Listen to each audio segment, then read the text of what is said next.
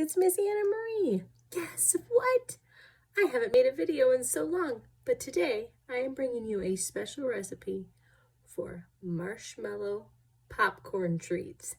So get ready. This one's going to be a fun one, and I hope you take advantage of it when you're having a movie night with your family over winter break. Here's the recipe.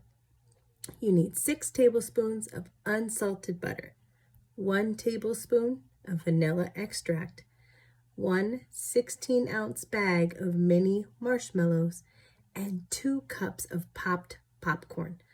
You're going to take all your ingredients and melt them together.